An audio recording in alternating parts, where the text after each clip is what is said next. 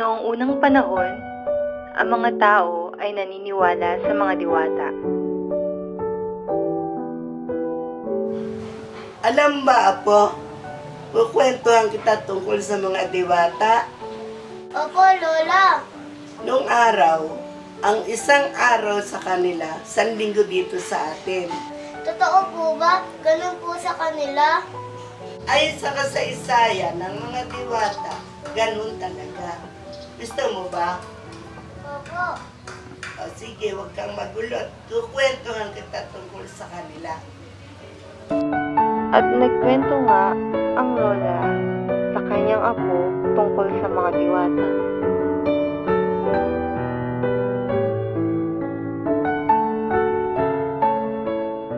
Salamat po, Lola. Sige, Apo, matulog ka na, ha?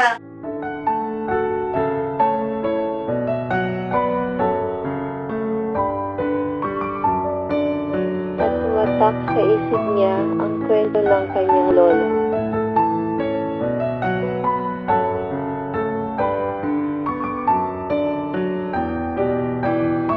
At dito na nagsimula ang kwento ni Miggy Montenegro.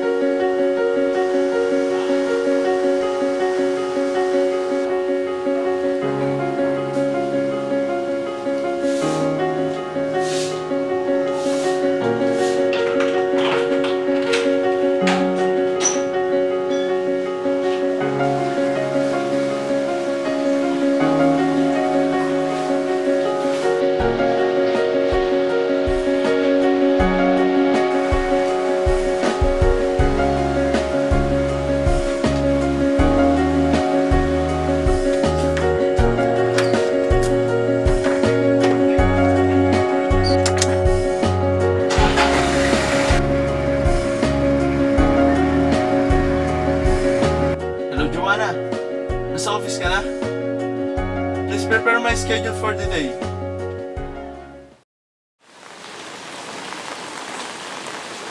Good morning, Sir Miggy. Where's Joanna?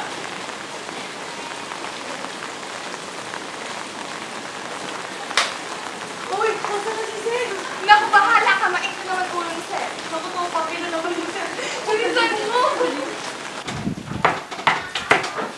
Come in. Good morning, Sir. Do you want coffee? No thanks. Sit down. What's my schedule for today? By 6 p.m., sir, you have dinner meeting with Mr. Reyes and Mr. Santillan. That's all? Yes, sir. Is there anything you need, sir? No, you can go now. Okay.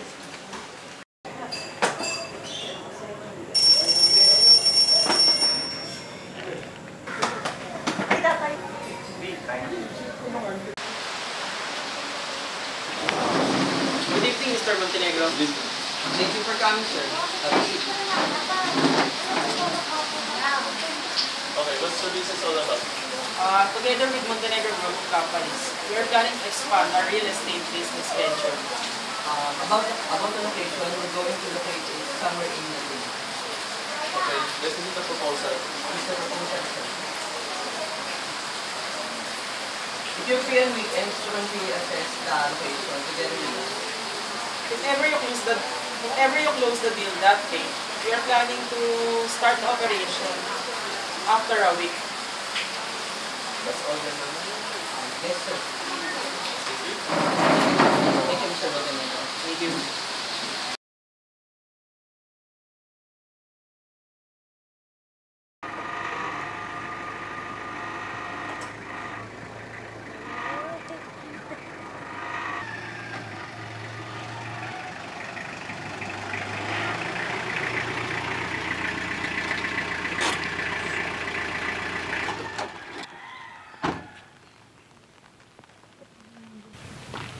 Good morning, Mr. Montenegro. Good morning, Mr. Santillan. Santillan. Good morning, Mr. Montenegro. Good morning, Mr. Reyes. Reyes. Ito nga pala yung lote na balak pagtuyuan ng real estate property. Malaki po ang opportunity na meron sa investment deal na ito. Okay, let me see the contact.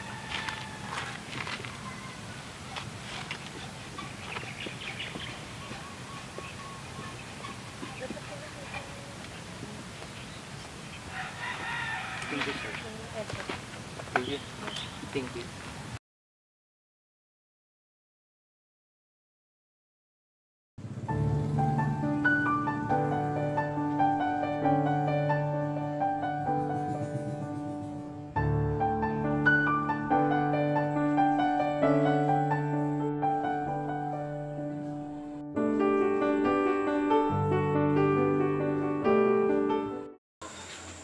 Sino kaya siya? Hindi siya maalis sa aking isipan. Sana, makilala ko din siya.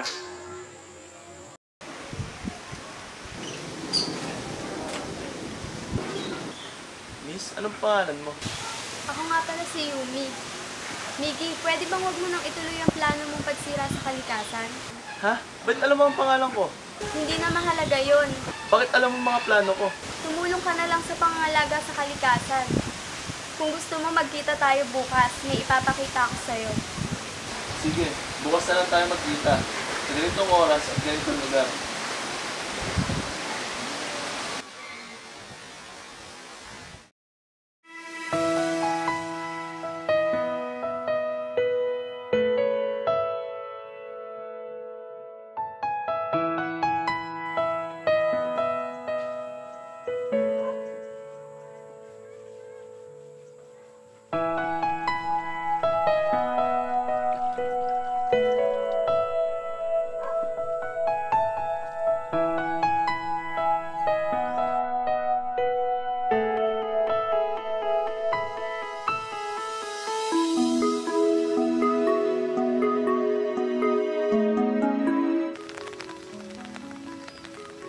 Nasaan tayo? Anong lugar to? Andito tayo sa lugar ko, sa Paraiso. Alam mo, gusto ko dito. Kasi payapa ang loob ko. Napakaganda dito. Kaya gusto ko, itigil mo na ang pagsira sa kalikasan. Kaya kahapon nag-usap tayo. Napaisip ako. Bala ko na ipatigil ang proyekto para sa'yo. Talaga? Oo. Bukas na bukas, kakausapin ko yung mga investors ko para ipatigil na yung mga proyekto na yan. Salamat. Maraming salamat. Talaga palang napakaganda sa lugar nyo. Huwag ka mag-alala. Ipapasyal pa kita dito. Sila nga pala yung mga kasama ko.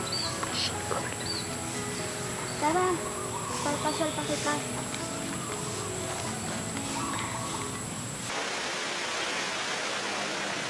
Napakaganda pala sa lugar nyo. Kaya tama pala ang desisyon ko na ituloy ang proyekto kong ito. Kasi makakasira lang ito sa magandang paraiso nyo. Oo, ganun naman talaga. Dapat alam mo kung ano makakasira sa kalikasan. Maraming salamat na kasama kita at nakilala kita. Maraming salamat din na tinupad mo ang hiling ko.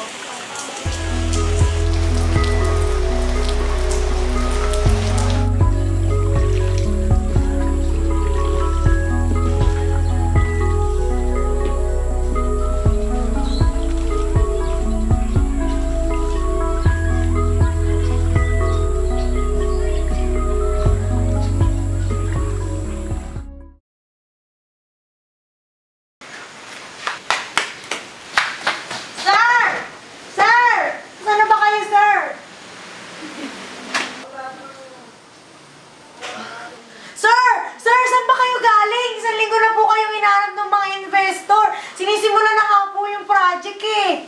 Ganun ba? At naalala ni Mickey ang kwento ng kanyang lola.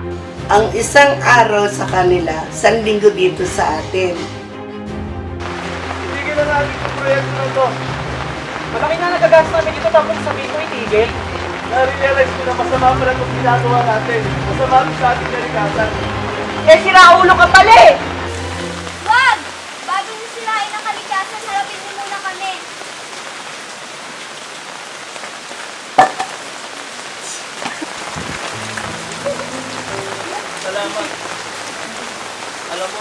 pala kitang nakita.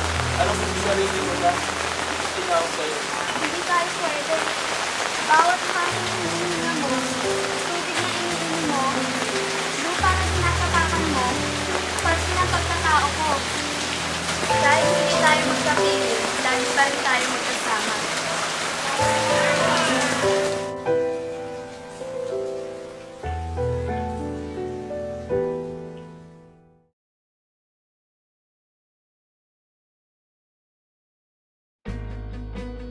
Sa sandaling panahon, nung nalayo ako sa aking mundo, nagawa nitong baguhin ang aking pagkatao.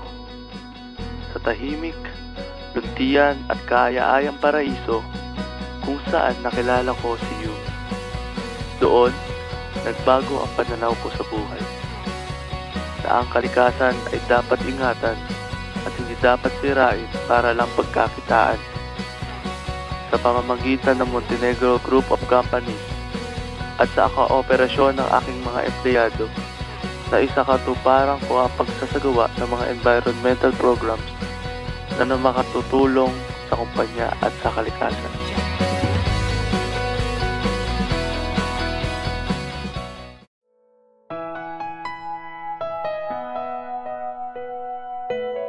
Hindi man tayo magkasama, lagi akong nasa piling mo. Bawat hangin na hinihinga mo, bawat tubig na iniinom mo, at bawat lupang tinatapakan mo ay parte ng pagkatao ko.